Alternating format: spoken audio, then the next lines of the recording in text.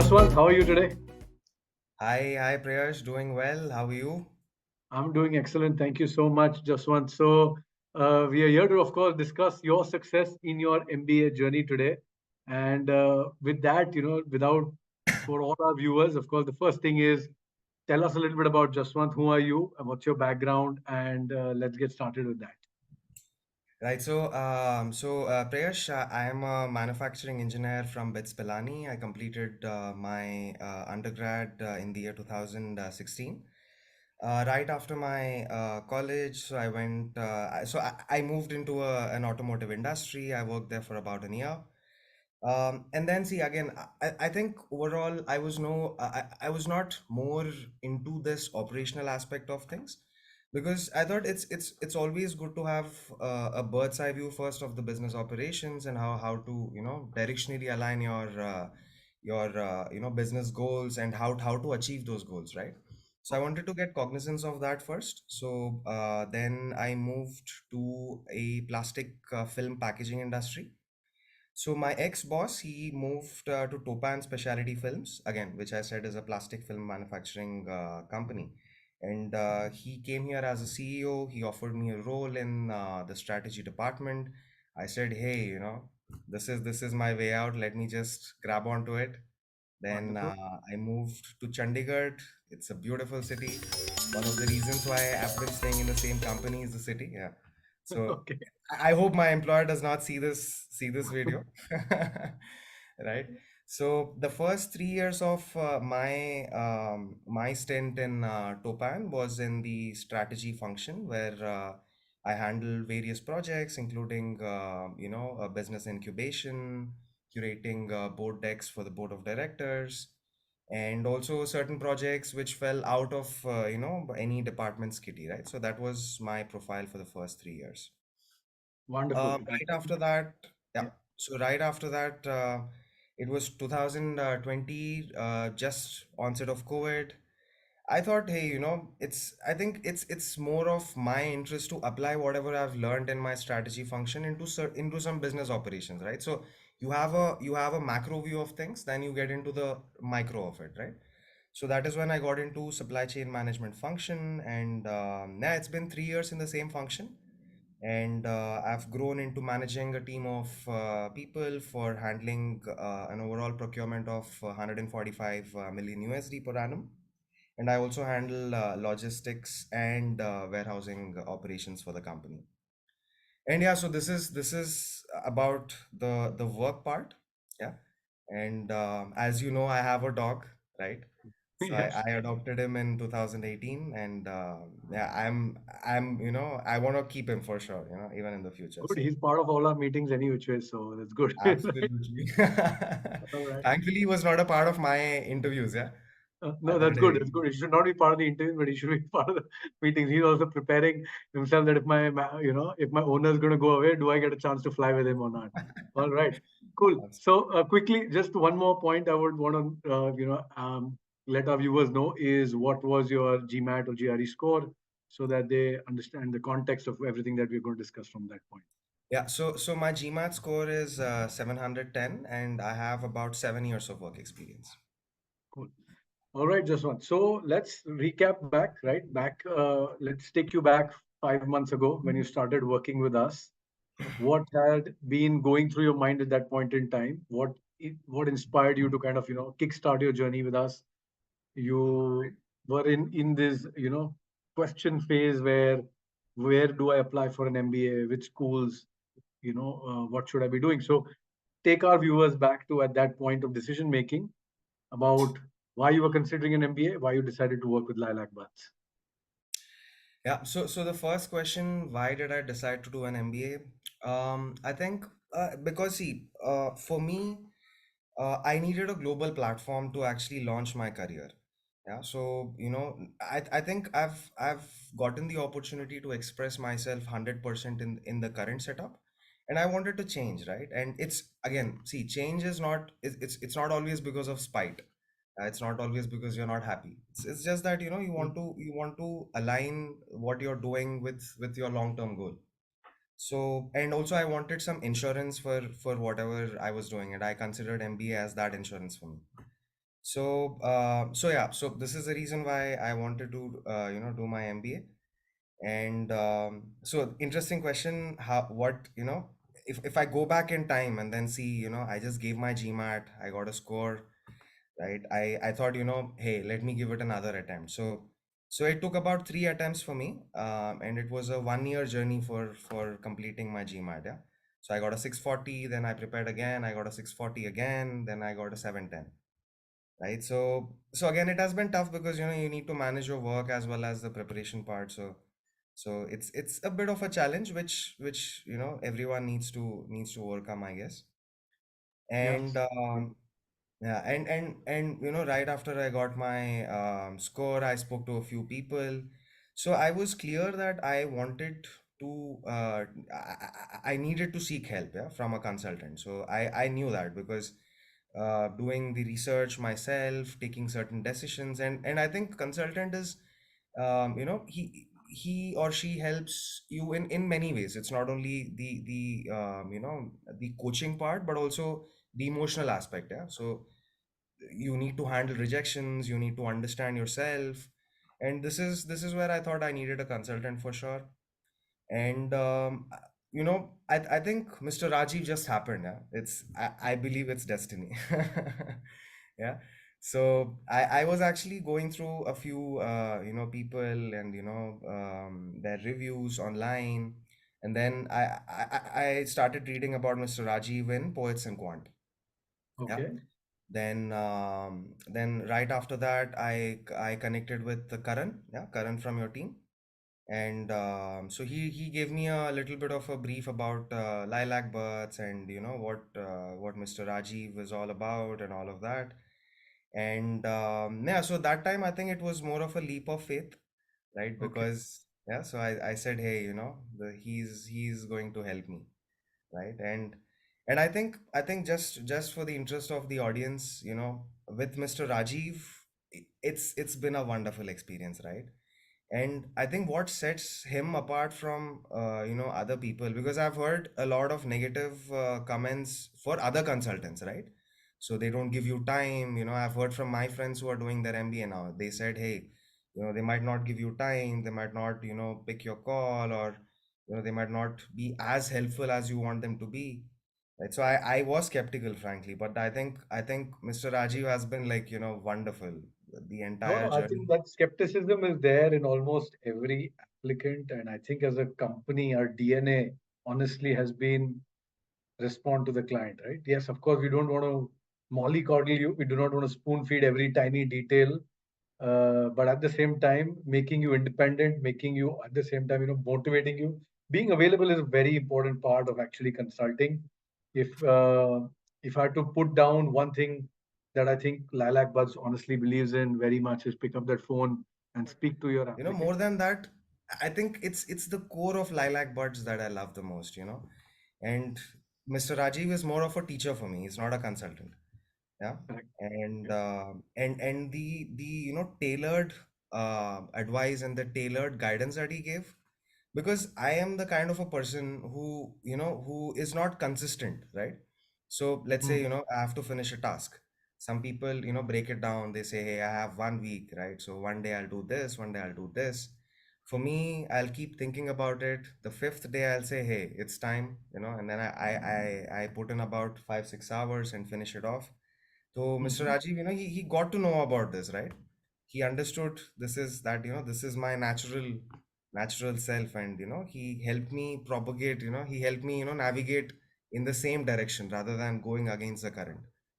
Got it. So yeah, so that is I that is think you moved absolutely from wonderful. taking this leap of faith to actually now starting to reflect on your professional journey, moving to write your essays. Walk me through how that experience had been, reflecting on, what are the things to present into the schools you're applying to, and what are the key aspects that you wanted to, eventually put in writing as well. Right. So first is, I think, for starting your MBA, number one, you need to be in the right mindset. Yeah. So I think I've had several discussions, with Mr. Rajiv. Initially, I wrote a big document where I just captured everything. Yeah. So whatever I've done over the past 7 years, Then I narrowed it down to a few items, right? Then I made my resume. First it was, it was too cumbersome, and there were about 3 4 iterations for the resume itself. Then I spoke to, of course, Mr. Rajiv, but also a few other people for, understanding what the MBA colleges are looking for. Because I guess applying to a B school is a little different from applying for a job. Yeah, Yes. so you need to understand how to tailor your resume that way. So this was the first step for me.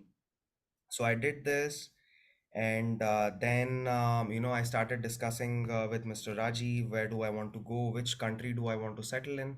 So this is also very important, right? So of course it's a global MBA. You can go to any country you want to, but then it's always good to do an MBA where you want to settle down. Yeah. So for me, it was either the UK, or again, I was not too fascinated with the US, because yeah, so my girlfriend is a clinical psychologist, and her license is valid in the UK, Okay, right? So if nice. I So went to, that's the reason to pick Europe in general. Okay, cool. Got yeah, it. yeah, because if I go to the US, then she'll have to do her psych D for about 5 years, and it'll be a hassle for her. So yeah, this is the reason why I chose UK, as you rightly said. Okay. And yeah, so the out of the discussion, then he gave me a list of about 6 to 8 colleges. Of course it was not only the UK, but I had to keep my options open, right? So Yep. you have to hedge your risk. You cannot put Correct. all your eggs in one basket. So that is what I did. And yeah, so after selection of the colleges, it was all down to, what are the essay questions, how do you need to approach. So an interesting thing, so my first application was Cambridge. Okay. Yeah. And thankfully Cambridge has a very elaborative set of essay questions. Yeah. What is Yeah. your professional Yes. failure, So success, and all of. it covers a lot of the other questions that will follow from other schools. Yeah. So that was I had that advantage, right? Hmm. And initially, I think, see, this is where you would definitely need help, because irrespective of how good you are or what your profile is, you need to understand what the questions are asking. Yeah. So the first draft that I had made was pathetic. Yeah, he was asking, let's say, what did you have for lunch? And I said, hey, my name is Jaswanth. So it was like that, right? So, and I had to fine tune myself to understand the question first, and that is when, you guys help me. This is what the college is looking for. So you have to answer the question first and then give the background, right? So yeah, definitely Cambridge. Me giving that Cambridge application was really helpful for my other colleges, for sure. Mhm. And yeah, and then I think I got a hang of it. Once I finished my Cambridge application, I started getting a hang of what the other colleges are also looking for. And yeah, I would definitely suggest the aspirants to look at why MBA, for sure, because every school is going to ask you that. Yeah. And Yes. you have to tailor your answer. It's not Yes. only that you say, hey, I want to do my MBA because I want to settle in the UK. That's not going to work. So maybe you need to understand what the college is, what are the electives, are there any professors over there? There's three parts, right? It's why MBA, it's why MBA now, like why now at this point in your career, and Yeah. the why this school is your preferred pick. Yeah, absolutely. I think beautifully put. That's what the colleges ask you for. That's about it. If you are very strong in this, I think you will sail through, for sure. Correct. Okay. So going further, Jaswant, now probably time for the big reveal. Which all colleges did you apply to? Which universities did you get interview calls from?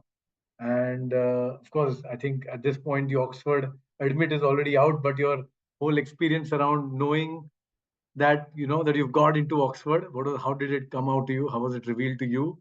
How was that experience when you read that you were in? Right. So I applied to Michigan Ross. I applied to Cambridge, NUS, Oxford, of course, and ISB. Yeah? So these 5 colleges I've applied for as of now. Hmm. So Me and Mr. Rajiv have a pact that, if at all I get through Oxford, then we'll apply for MIT, right? Or some other better colleges, right? So maybe I'll do that in round two. But yeah, so coming to whatever I've applied for, so I straight away got a reject from Michigan, Ross, and Cambridge, Okay. and I got an interview call for NUS from NUS and Oxford. NUS, it was my first interview, and somehow it was not as conversational as I would have wanted it to be. Okay. And so I got a reject from NUS, and yeah, Oxford, they somehow thought I would fit well in their cohort, thankfully. And then yeah, Okay. that is when I got into Oxford. Good. So, So so, so tell me, yeah. walk me through the emotional mindset. Yeah, three rejects that you already got before you got the Oxford admit. Yeah. How are you weighing your chances on Oxford at that point in time? Did you already feel like this may also not go your way, or were you more confident like this seems like a better interview? I think I have a much better shot at it. So I think once you have the interview, right? So you will know for sure because there'll be some high points in your interview, and the interviewer will be a little forthcoming if they feel that you're a good fit. So easy after giving the NUS interview on the 20th, I was not I was not feeling confident. I started questioning everything because somehow I knew that it did not go well. Yeah. So I started questioning everything. I started bothering Mr. Rajiv, ki, hey, I'm tense. What do I do? Right. And funny thing, so I requested for a mock interview on the 24th, right? So I had my Oxford interview at around 4:30 p.m. and I had my mock with Mr. Rajiv at 11:30 a.m., right? Okay. And he saw me, yeah. So we were, similar setup, right? So he saw me, and then I told him, hey, I don't know what's going on, I'm really Yeah. tensed, Hmm. and I've started questioning everything. This is what I told him. So he said, and I think this is the wonderful experience that I've had. He did not take my mock, right? He said, Jaswanth, it's okay, don't worry. And then we had a conversation, yeah. So he said, if at all the interviewer asks you this, you got to tell this, and agar us time pe if he would have taken a mock, he would have given me feedback, right? which Yeah. which probably would have harmed for sure. Happened, right? 26th, I was able to calm my nerves, right? Finally I gave the interview. It was very conversational, right? And yeah, and after that it was a painful wait for about a couple of weeks. Okay. Yeah, so yeah. Was it painful? I thought you would be sleeping. Now it's done. What's done is done. Now you had ISB. You did a right round to ISB any which ways because you were going to apply for that also. So I'm Right. guessing you just probably slept it off and then said, "Yeah, I have to keep moving on," right? No, no. So because see, I think if I was never really into going for ISB, frankly, right? Because I wanted to move out, and I did speak to a few people in the ISB, and you need to understand your fit, right? Fitment is very, very important. So probably I would not have been a very good fit in ISB, yeah. So ISB was more of a backup option, because I had to do my MBA next year anyways, because I'm getting old, yeah.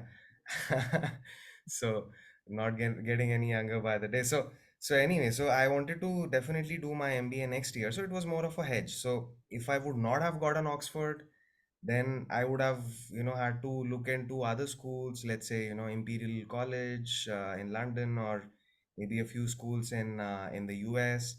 So it would have been a different direction for sure. So they were those, the waiting days were painful, and Okay. uh, and yeah, it's okay. I think all is well that ends well. So it's completely fine. Cool. All right. Yes, all is well that ends well. Perfectly said. So yeah, the day you got the admit, what was that experience like? That is the part you didn't tell me. Yeah, yeah, sorry. So Oxford, they said, hey, we'll release the interview, we'll release the results on the 13th, yeah, and they did it on the 12th. So they were a little cheeky here, right? So on the 12th, I was at the office, yeah, and a few of my colleagues do know that I've applied to these B schools, And I was just having a conversation with them. Yeah, so I was just talking about how my direction would be different if I do not get through Oxford. They said, don't worry, if at all, do not get it, then we'll do this, we'll do that. Maybe you can get into sales, we'll do all of this, don't worry. So there was a conversation going on this way. Yeah? And then I just got a message so I am in a GMAT. So there's a group in GMAT club. Yeah. So for the applicants, so everyone is in that group. So I just got a text from in the Oxford group that I got an admit, and I many people were in the office, of course, and then I could not tell all of them, and then I just saw my phone. I did not get any notification from Gmail. Hey, I thought, man, it's gone now. Yeah, I gotta think about other things here, Yeah, I can and imagine. Okay. yeah. And then, I just opened my Gmail. It went into updates. Yeah. So I just saw that and I could not read, what was written over there. And Okay. then there was my colleague sitting next to me. She just took my phone and then, she read it. Right. And Okay. she also, she was a part of all of the journey for sure. I used to talk to Okay. her. She used to give me emotional support in terms of, what's going on, the timelines and all of that. Very We interesting. used to catch up over a cup of coffee, just de-stress and all of that. So she Mm-hmm. read and then she said, "Hey, you got through, man. What are you doing?" Right? And then we just, there's another colleague also. So we took him and then, we went into a conference room and then we Uh-huh. started hugging each other. Right? Hey, we got through. So Amazing. Yeah. so my parents, absolutely, they went bananas because, for them also it's a big thing for sure. And my mom, she was more tense than me. I used to get a call from my mom every day saying, "Hey, I'm tense. What do I do?" So she's a professor, right? So she teaches in an engineering college, and then Oh, she gives me a okay. call saying, "Hey, I'm giving a lecture, and then I'm not able to understand what to say because I'm tensed about your result." Oh Right? my God. Okay. Yeah. So they were really happy, and I'm actually getting my parents and my grandmom here in Chandigarh. So they actually stay in Hyderabad, yeah. So I stay Okay. alone here with my dog. Okay. So yeah, so they are flying down on the 29th, right? And we'll have fun for a couple of days, and then they'll fly back. My girlfriend, she was balanced, right? She said, "Hey, Mhm. congrats, very nice. Now we got to think about what to do next." Very interesting. Good. So, I mean, and I think she needs to decide as well what to do next, right? I think you are already quite set now on what you want to do next. And yeah, I'm yeah, guessing yeah, if it's all worked out with her as well, true. it's as you said, it's important that it ends well. So hoping that you guys have your awesome start together in the UK any which ways, and Oxford is going to be an amazing atmosphere to grow, of course, both professionally as well as just enjoy the new environment, the new space for you. Definitely, definitely, Um, yeah, any absolutely. any last tips for applicants who are going to follow in on the MBA journey next year? Somebody who sees this video a year or two down the road, what would you give them as advice if they are looking to apply to the likes of an Oxford, Cambridge, or any other top school worldwide? So I think number one, there are going to be a lot of ups and downs, yeah, emotionally, and you will some days you will just feel down. You'll start doubting yourself. You will think, hey, am I even worthy of doing an MBA? Do I, or maybe why am I putting so much of effort? What is it for? Right? But I think it's more important to persevere during that period of time, right? So Wow. make sure you have a good balance of life, yeah. Hmm. So let's say you work for about 3 hours on your application. Make sure you de-stress yourself for a cup of coffee, or chat with your friends, or whatever works for you, yeah. That's very Okay. important. And number two, um, I think getting into the MBA mindset is also very important. Yeah. So what do you need to write? You need to know about yourself. So there is going to be a lot of introspection. Yeah. So, and you have to be ready for that because easier said than done. It took a lot of effort for me, especially. Yeah. A lot of people, I would say that think that an MBA application for 5 schools can be done in 5 weeks. What would you kind of tell them at that point? It's an absolute no-no, yeah. So I think, see, it's about, let's say for me, one application took about 3 to 4 days, right? Frankly Hmm. speaking. But Mhm. the thing is, the background that I had created for myself, it took about 4 to 5 months. Yeah. Correct. So you need to understand that it's not just, it's not just typing an answer, right? So you need to introspect. That will take a lot of time because you have a barrier that you create for yourself, which will stop you from introspection, right? So what are your strengths? What are your weaknesses? Or, this event happened. Why did that happen? So it's very taxing on your brain for sure. So make sure you're ready for that. It's definitely not a week or a 2 week game. It's years of a game, right? So Yeah. first you need to give your GMAT. Let's say it'll take about, for me, because I'm a little, I'm not as smart as I perceive myself to be. So probably, it took me about an year to crack the GMAT paper, and then let's say it takes about 6 months for other people. Yeah. Yeah. And but after that you need to spend about 6 to 8 months to introspect, to understand what you're looking for, write your resume. Just writing the resume took me about a month. Yeah. Yeah. Because you iterated a lot. Thank you so much, Jaswant. I think these are all very valuable points. I think we've gone, of course, way overboard with, I thought we'll keep this short and sweet in 15, 20 minutes, but you've given a lot of bullet points for a lot of people to kind of evaluate and think.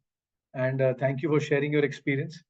And looking forward to keep in touch with you and hearing back, on all the amazing stories at Oxford.